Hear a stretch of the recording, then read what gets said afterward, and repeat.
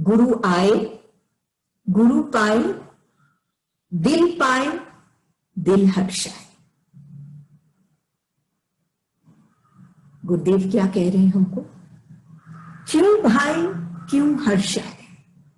ऐसा क्यों होता है कि कोई कोई को शुरू से ये संत के सानिध्य में बैठना, संत के चरणों में बैठना, संत के भावों में समाना अच्छा लगता है, और वो क्यों हर्षित होते हैं ये पाकर? ये कहना कठिन है कि क्या बात है, क्या कारण है, क्यों ऐसे हैं। ये ऐसे कौन है? ये भक्त है। सब नहीं है, लेकिन ये भक्त है। लेकिन ऐसा क्यों है कि वो हर्षाते हैं और उनको उनका इष्ट भाता है? ऐसा क्यों है? इसका सवाल, इसका जवाब कोई के पास नहीं है कि वो भक्त क्यों हर्षाता है अपने इष्ट को पाकर। ये तो बस वो हर्षाता है, उसको अच्छा लगता है। जैसे हम कई बार कहते हैं ना, बहुत अच्छा लगता है। क्यों? इसका कोई जवाब नहीं। जब हमारे दिल को छूता है तो वो बिना कारण अच्छा लगता है। जिस दिन हम हंसना सीख जाएंगे बिना कारण के, खुश होना सीख जाएंगे बिना कारण के, तब हम कहते हैं भक्ति में हम उतर रहे हैं। नहीं तो हर्षाने के लिए हमको कारण चाहिए, लेकिन एक भक्त बिना कारण, कोई कारण नहीं है, लेकिन उसको भाता है और वो हर्षाता है जब वो अपने इष्ट के समीप रहता है। तब गुरुदेव कहते हैं क्यों भाई, क्यों हर्षाए? जो हर्षाए गुरु आए। और जो इस स्थिति में है, भक्त की बात हो रही है कि जो हर्षाता है अपने इष्ट के समीप रहकर, तो वो क्या पाता है?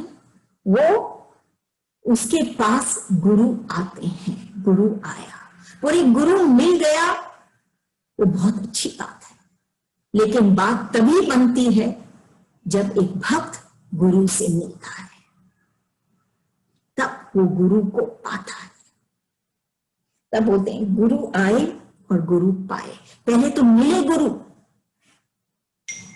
और फिर गुरु पाए, फिर वो गुरु को पाता है, वो मिल जाता है गुरु के साथ, वो अपने इष्ट के साथ मिल जाता है।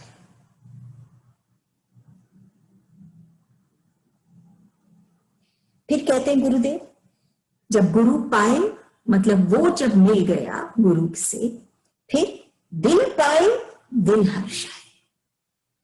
वो जब गुरु से मिल गया तो वो अपने दिल को पाया। दिल को पाया, जो दिल भ्रमित दुखी था, वो उस दिल को पाया जो आनंद में था। उस दिल को पाया जो खिला हुआ था।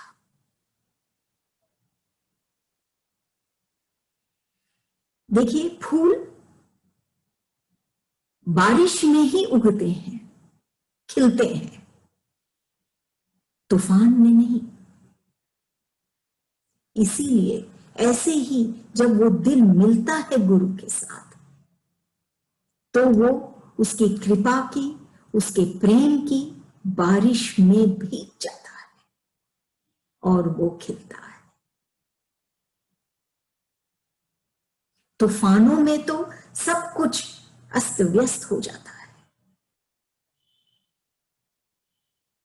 तूफान बाहर में होता है, भीतर में उसकी गुरु की कृपा की बारिश होती है। जब वो बाहर के संसार से जब जुड़ता है तो उसके भीतर में ये तूफान उमड़ता है। ये तूफान उसको नष्ट करता है, उसके मन को घायल करता है। लेकिन फिर तूफान के बाद जो वो शांति मिलती है जब वो अपने इष्ट के साथ जुड़ता है। जितना तेज ये तूफान था उतनी ही गहरी वो शांति पाता है। जब वो तूफान मिट जाता है, जब वो तूफान खत्म हो जाता है, तब वो शांति पाता है। और वो कब मिटता है? जब वो अपने इष्ट से मिलता है। वक्त को हम कुछ वक्त तो दें, वो बदल ही जाएगा। क्योंकि समय तो रुकता नहीं, जो ठहरता है वो है लम्हा। अगर उस लम्हे में हम ठहर जाएं तो वो लम्हा चाहे आगे बढ़ जाए, हमारे अंदर वो ठहराव आ जाए। हर क्षण हम जब इष्ट के साथ जुड़ते हैं तो हर लम्हे में हम ठहर जाते हैं, हमारे में वो स्थिरता आ जाती है। वो ठहराव में भी गति हो जाती है, गति आ जाती है। तब गुरुदेव कहते हैं, दिल पाए दिल हर्षाए, तब जाके ये दिल हर्षाता है।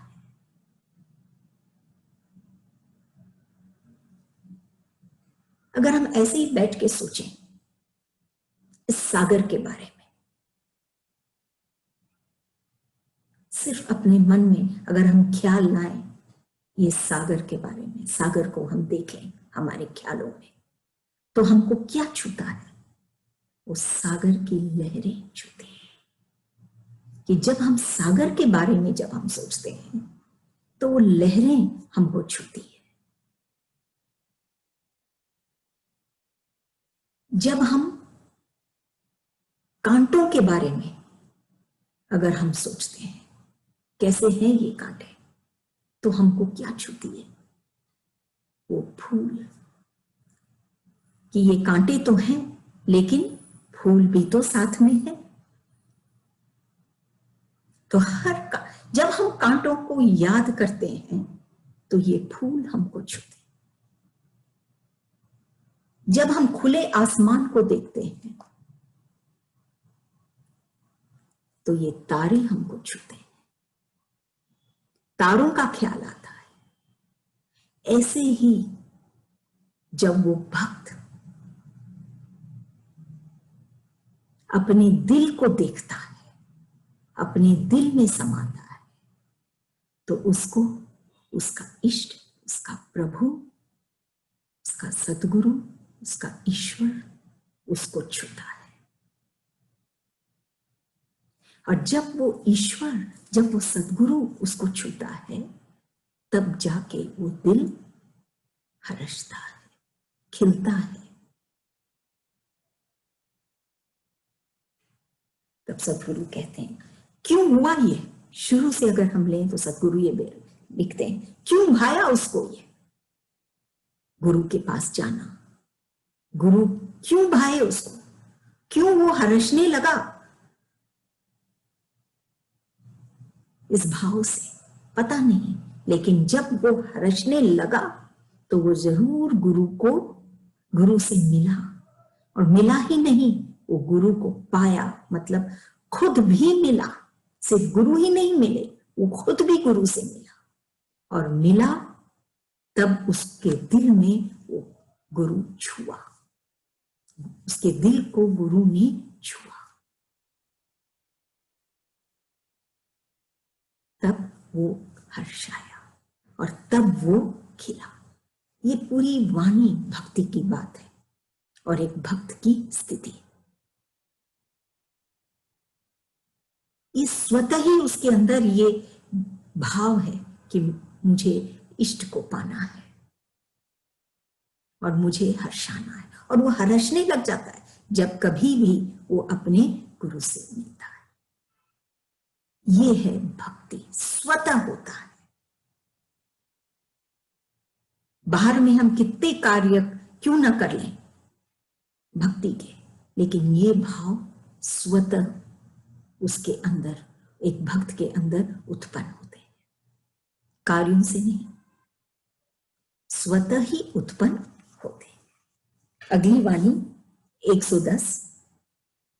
नंद दुलारे बाबा हमारे, बन बन आशा ढूंढे, बनासा हृदय पुकारे, जीवन बीते शरण तिहारे।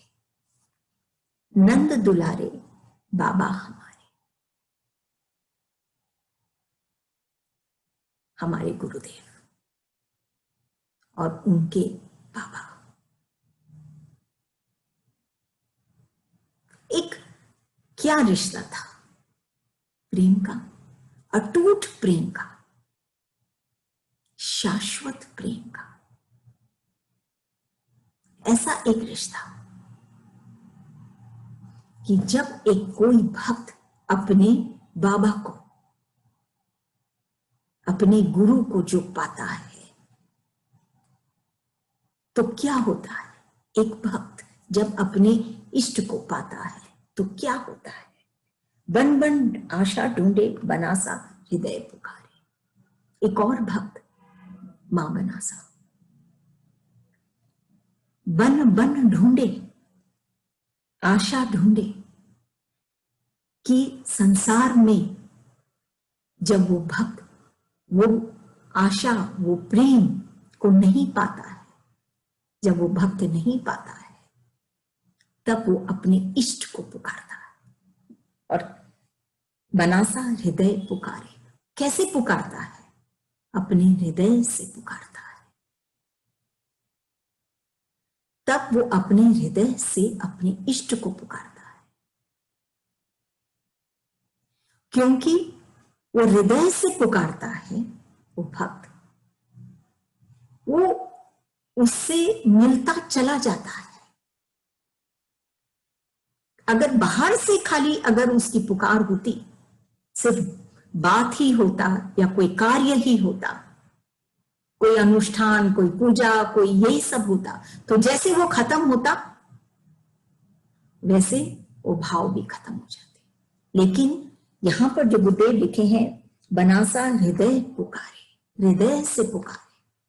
जब वो भक्त जैसे मां बनासा, जब वो हृदय से पुकारी तो वो एक हो गई अपने बाबा के साथ। जीवन बीते शरण तिहारे, फिर उसको और कुछ नहीं सूझता है। उसका जीवन सिर्फ अपने बाबा की शरण में ही वो रहना चाहती है। यही उसकी इच्छा, यही उसका जीवन हो जाता है। इच्छा की बात नहीं, यही उसका जीवन हो जाता है। जीवन बीते शरण तिहारे। क्या होता है जब कोई भक्त अपने इष्ट के पास जाता है, इष्ट से मिलता है, इष्ट के भाव में जो ओतप्रोत हो जाता है, फिर वो इष्ट का काम शुरू हो जाता है। वो इष्ट उसको अपने ही हृदय में बसा लेता है। फिर अलग से उसकी कोई इच्छा नहीं रहती है। उसका जीवन सिर्फ उसकी शरण चरण में ही बीतने लग जाता है।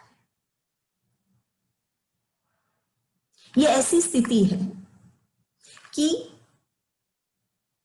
एक भक्त भगवान को की प्रतीक्षा करता है, भगवान को पुकारता है, लेकिन जब भगवान या ईश्वर या संत गुरुदेव जब भक्त की प्रतीक्षा करते हैं,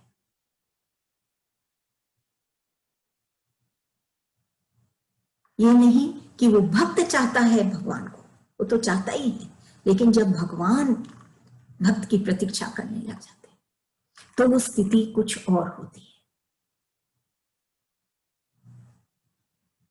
उसको समझाते हैं कि वो एक प्रशांत की स्थिति, एक है शांत, एक है प्रशांत।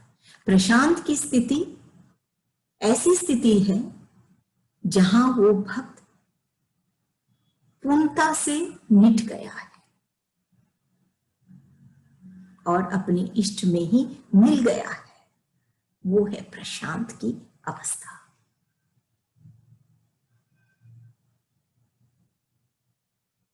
तब उसका जीवन सिर्फ वो इष्ट ही है, उसका जीवन अलग से कुछ नहीं।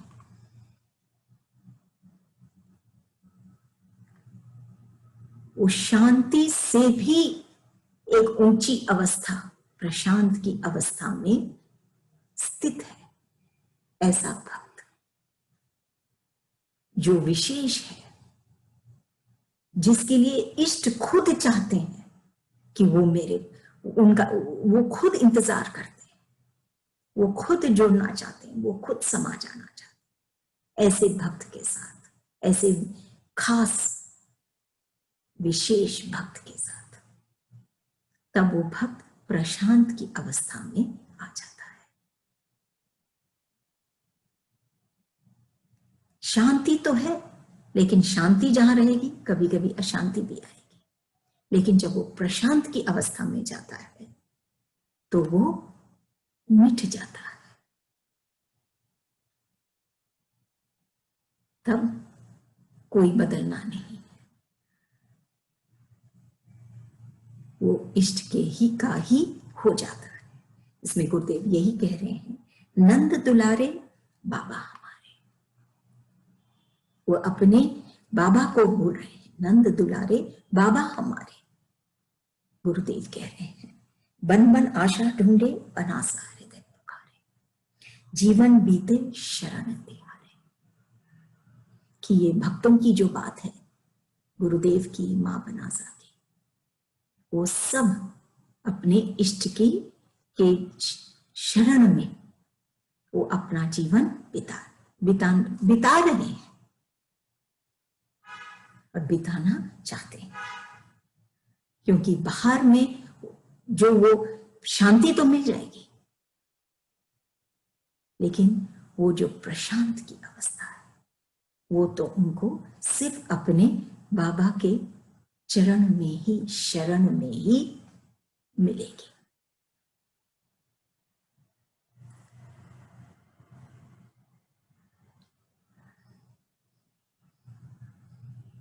कितने ही मेले क्यों ना हो संसार में, लेकिन जब तक एक भक्त अपने या एक मनुष्य अपने आप से नहीं मिलता, खुद से नहीं मिलता, खुदा से नहीं मिलता, वो अकेला ही है। हजारों लोगों के बीच में भी हम जाकर हम अपने आप को अकेले पाते हैं। क्यों?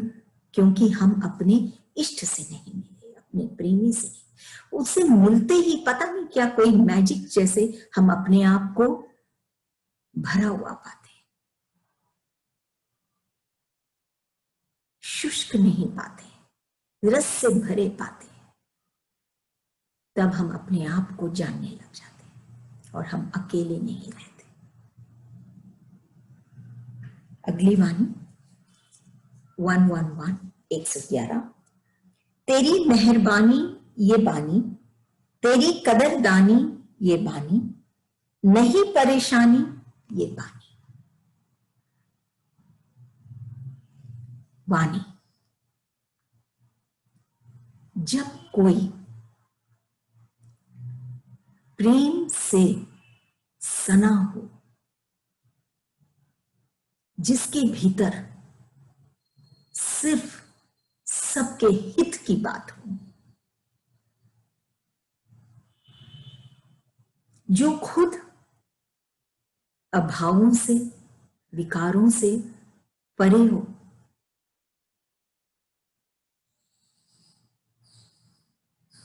ऐसे व्यक्ति संत हो जाते हैं और वो जो भी कहते हैं वो वाणी हो जाती है। गुरुदेव क्या कह रहे हैं? तेरी मेहरबानी ये वाणी, कि अगर ये वाणी नहीं होती तो हम कैसे जीते?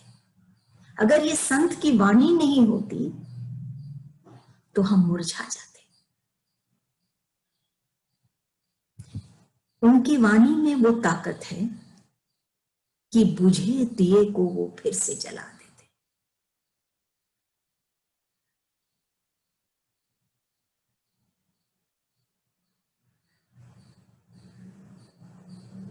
वो उस गाछ पर रोज नए फूल खिला देते हैं।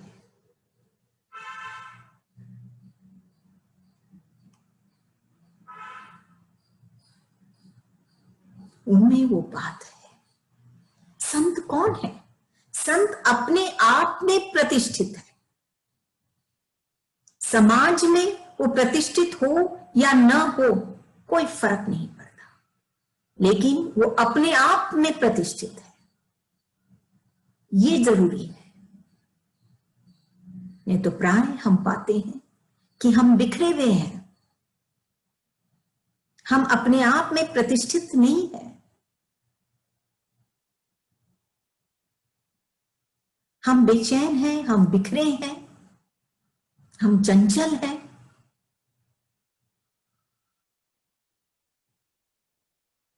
लेकिन एक संत अपने आप में प्रतिष्ठित है, उसको कोई नहीं, उनको कोई नहीं हिला सकता। समाज में प्रतिष्ठित होना कोई बड़ी बात नहीं है, लेकिन खुद में प्रतिष्ठित होना बहुत इंपॉर्टेंट है। तो ये संत, ऐसे संत की वाणी है मेहरबानी। हम एक भक्त के लिए मेहरबानी, उसकी वो ये वाणी के कारण कैसे मेहरबानी, कि ये वाणी के कारण वो जीने लगा। क्यों? जीवन मिला है जीने के लिए, जीने लगा। वो ये सीख गया कि ये नदी सूख गई है, शुष्क नदी है, तो इसमें हम उतरे क्यों?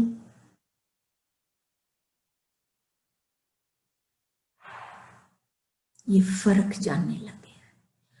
तेरी वाणी ये मेहरबानी, एक भक्त के लिए बहुत कुछ करती है ये वाणी। सेकंड, तेरी कदरदानी ये वाणी कृतज्ञता है।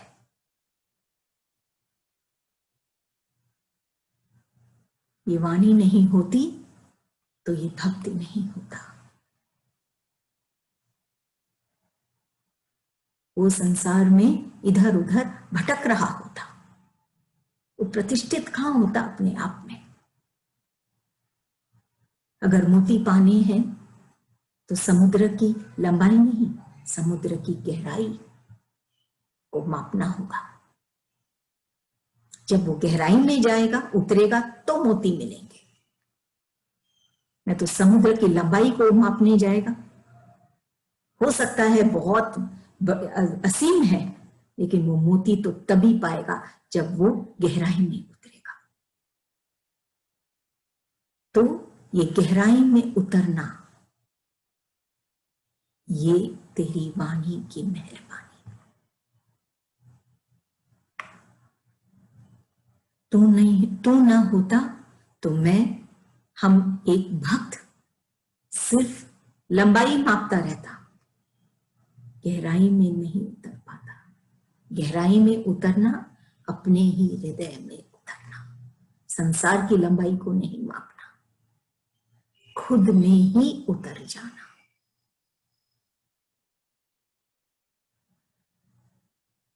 कली को हम देखते हैं तो हमको लगता हो सकता अभी ये पूर्ण नहीं है,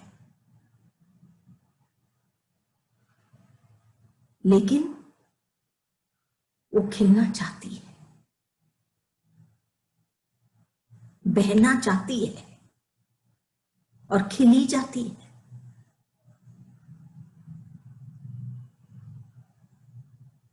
ऐसे है, ऐसी है, ऐसा है एक भक्त का मन, खिलना चाहता है, बहना चाहता है।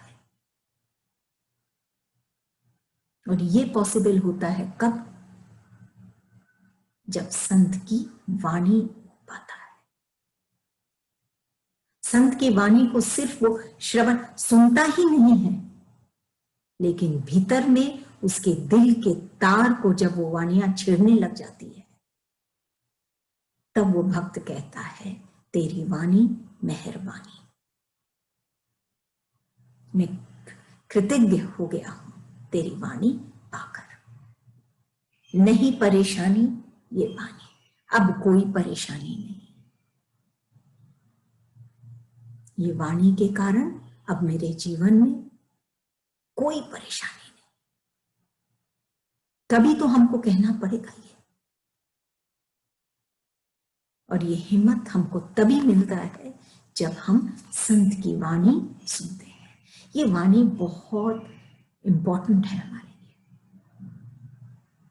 और हमारे गुरुदेव तो इन वाणियों को हमारे आगे एक एक वाणी हमको इस गहराई में उतारती है कि हम वो मोती को पाए, वो धन को पाए, अनमोल धन को पाए।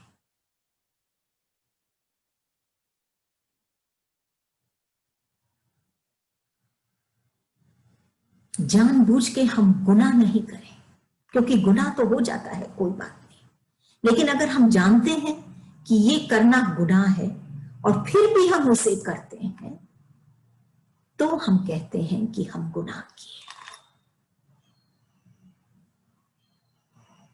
इनकी वाणी हमको ये गुनाह करने से रोकती है, बचाती है।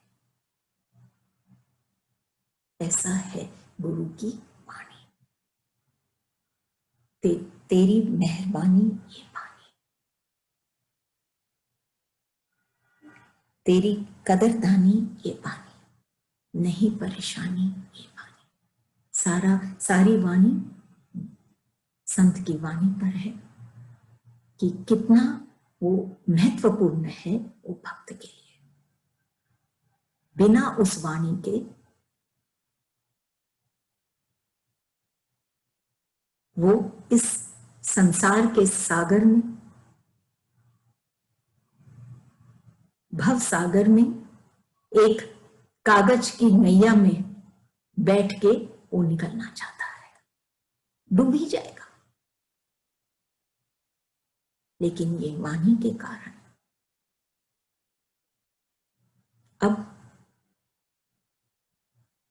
एक ऐसा नाविक वो पा लेता है जो उसके जीवन रूपी नैया को इस भव सागर से ही पार नहीं, लेकिन इस भाव सागर में भी उसको लेके जाता है।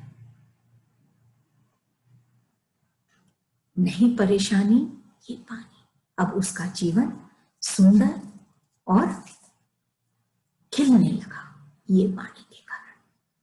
देखिए, कुछ कभी भी हम वो भक्त ये वाणी पाकर कितना खिलने लगा। जो सूख रहा था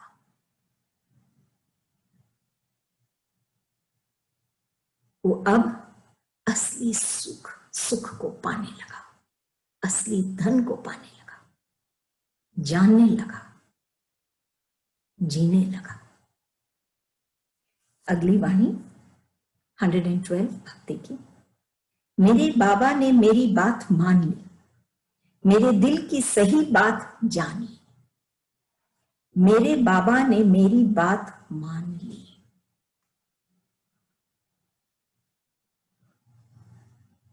ऐसे लगता है कि क्या हम भी क्या हम जानते हैं कि हमारी बात क्या है, हमारे भीतर क्या चल रहा है?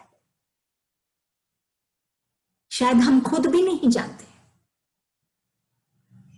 अंदर में शोर है,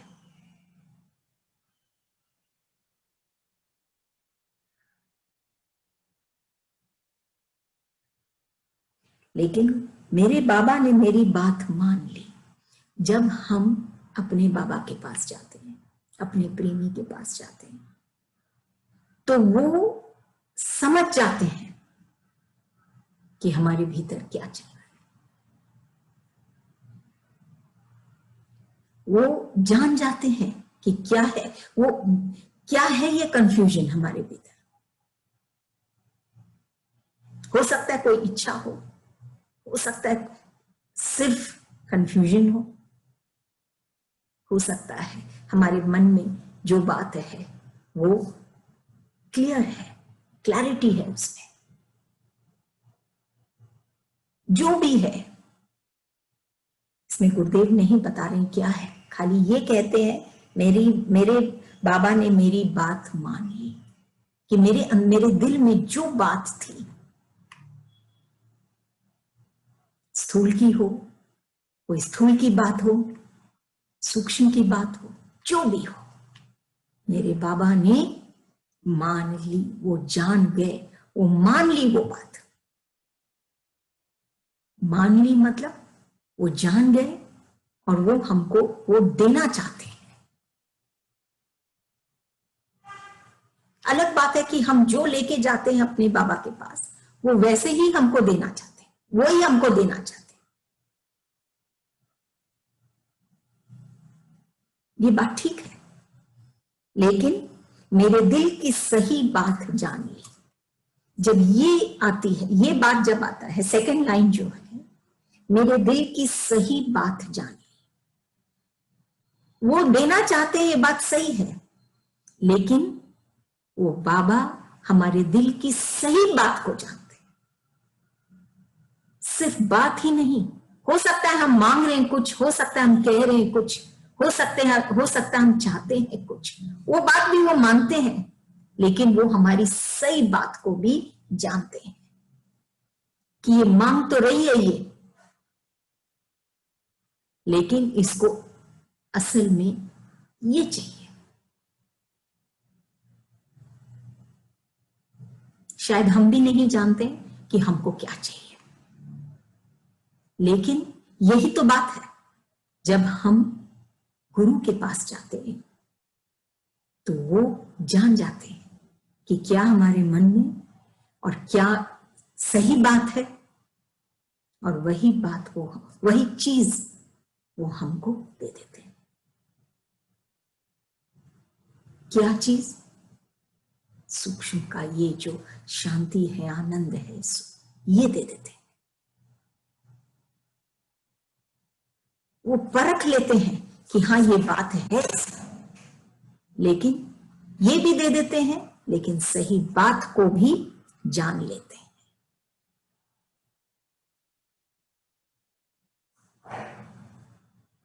हमारी सोच, हमारी दृष्टि सीमित है, हम इतनी ही दूर देख सकते हैं,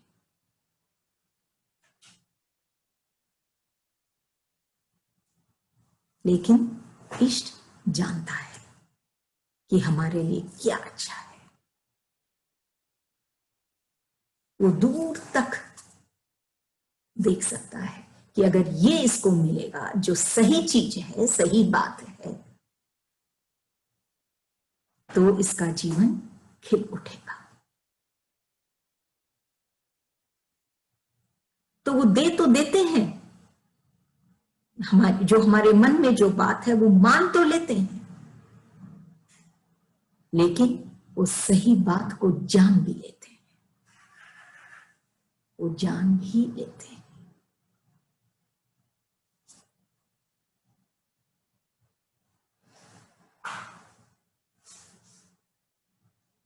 जो इस भक्ति मार्ग पर जो चल रहा है, अगर इस मार्ग से वो जब उतर जाता है ना, भक्ति के मार्ग से, तो क्या हो जाता है? वो भोगी बन जाता है।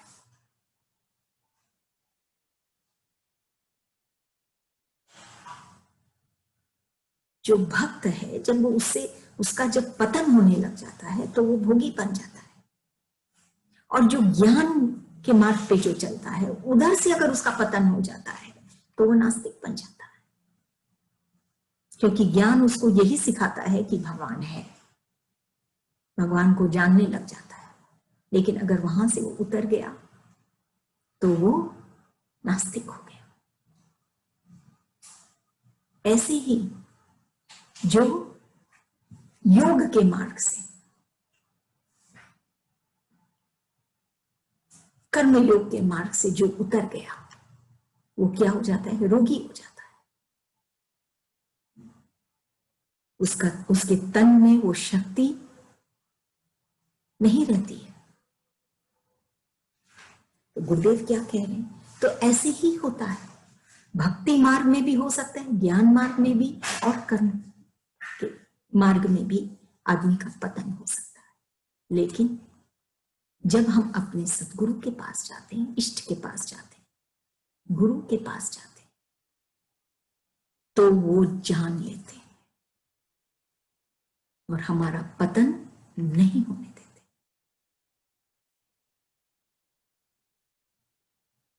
भक्ति से हमको उतरने नहीं देते कि हम भोगी बन जाए, क्योंकि भोग की भूख तो कभी खत्म होती नहीं है। तब वो हमेशा अभाव में ही रहेगा। तो वो मेरी बात मान लिए। ये बहुत इंपॉर्टेंट है कि कोई हमको समझे, कोई हमको जाने, और फिर वो दे हमको जो हमारे लिए अच्छा हो। हमारा पतन नहीं, हम आगे बढ़े, ये हमारा इष्ट करते हैं हमारे लिए। तब गुरुदेव कहते हैं, मेरे बाबा ने मेरी बात मान ली, मेरे दिल की सही बात जान ली कि वो भक्त है, वो भक्ति में समाना चाहता है, वो आगे बढ़ना चाहता है, वो भोगी बनकर कष्ट नहीं पाना चाहता है। ये बात बाबा ने जान ली, मानी, और ऐसे ही भाव से उस भक्त को भर देता है संत, वो बाबा, कि वो आगे बढ़ता